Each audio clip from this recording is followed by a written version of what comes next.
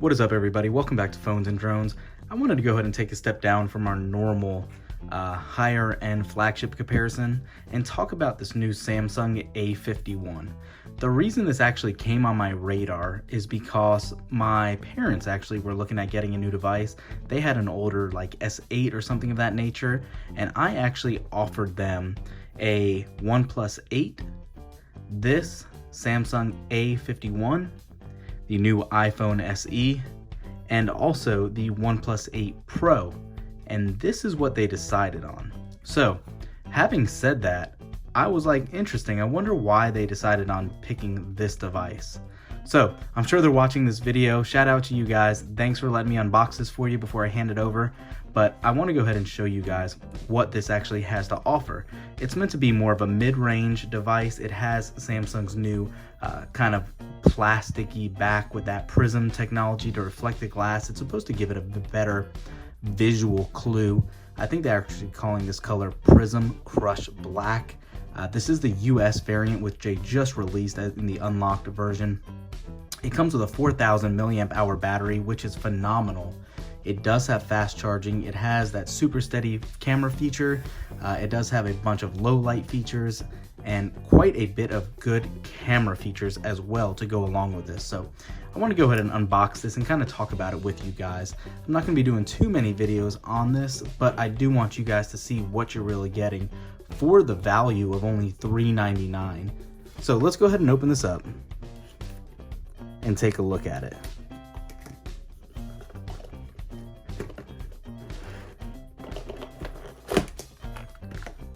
All right, so you're greeted with the phone right off the bat, right on top. Let's go ahead and take it out of here. Give you a quick glance, and you can see it catching that light and bending it to give you quite a few different colors. I actually think that looks really cool. You are getting that quad camera setup we're talking about. That other camera, in addition to the regular sensor, your wide angle is actually going to be a macro lens as well, but we'll talk about that a little later. The device actually feels pretty good in hand. It actually looks really good. I'm actually surprised. It feels really nice. Let's go ahead and turn this on and set it to the side. It looks like they're following their design cues from their most recent S20 lineup, where you have your booklets right in the front case. Let's see if it came with actually a case as well, and it does not. You got your SIM ejector tool right on the back there. Your quick start guides, set that aside. Looks like you're gonna get a USB to USB-C adapter, which is really nice, and also that fast charging brick that we were talking about. So that's nice, it's good to have. You can hear Bigsby right there. So you do have a bottom firing speaker only. You have your USB-C port and a headphone jack. In addition to that, you do have your microphone up top, that camera arrangement we were talking about, your power button and volume rocker right on the left side of the device. On the right side of the device, the left side is left blank with only that SIM card slot. We'll go ahead and get all this started and actually check it out later. What do you guys think about this build? Are you guys interested in seeing more camera samples on this? Or what exactly would you like to see? Leave a comment down below for that. So you can see it does have that punch hole camera setup. It's actually small. It's actually not too bad at all. You have your earpiece right on the top and a simple little sliver. This does look pretty good for your for a mid-range device. For a full screen, there's not too many bezels at all. It's definitely following their new S20 design language, and I'm super excited to give it a shot. So aside from that, you do have all those camera modes we're talking about. You have those bokeh effects that you're gonna get with that awesome quad camera setup. The one thing where you're really gonna notice this is in the performance area. It does have an octa-core processor with 4 gigs of RAM and 128 gigs of storage. You are not getting a Snapdragon 855 or 865. It is definitely a lower graded processor. You do have that in-screen fingerprint sensor that you will get if you set it up. You do have that face unlock with that as well. So you're going to get a whole lot of specs actually that's going to be really awesome with a mid-range device. So you are getting that Exynos 9611 chipset. That's what's pairing it. It's Samsung's own homebred chipset. You are not going to get that Snapdragon processor like I said. It does come with a 6.5-inch display, which is pretty monstrous, and it does look good just from the top here, looking at the setup and all that. We'll go ahead and get this all set up. Like I said though, you are getting those quad camera setups, 48 megapixel wide angle, 12 megapixel ultra wide, 5 megapixel macro, and that extra depth sensor, which is also 5 megapixels. I'm really curious to see how that battery holds up, the 4000 milliamp with this processor.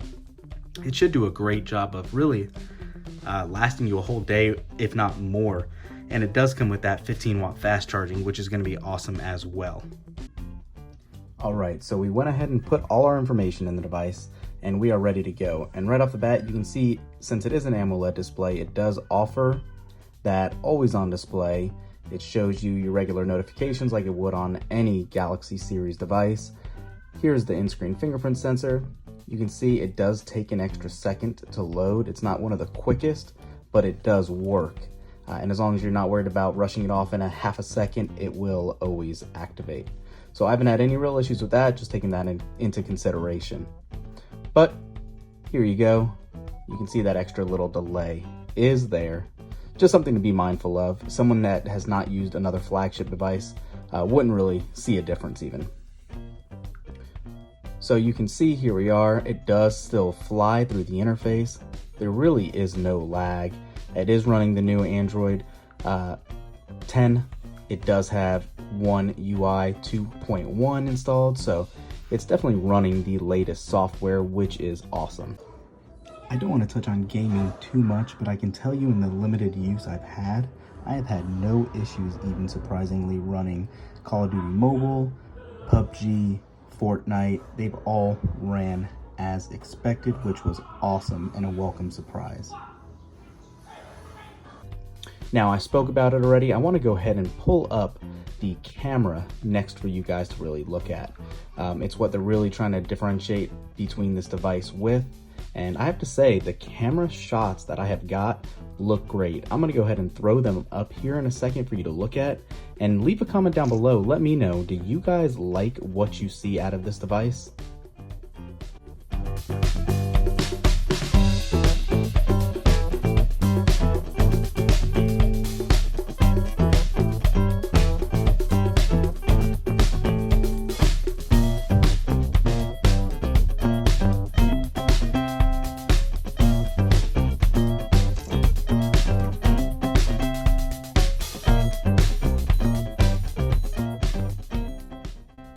The massive display on here really does make things look good. It's very punchy. It's an AMOLED. Darks look good.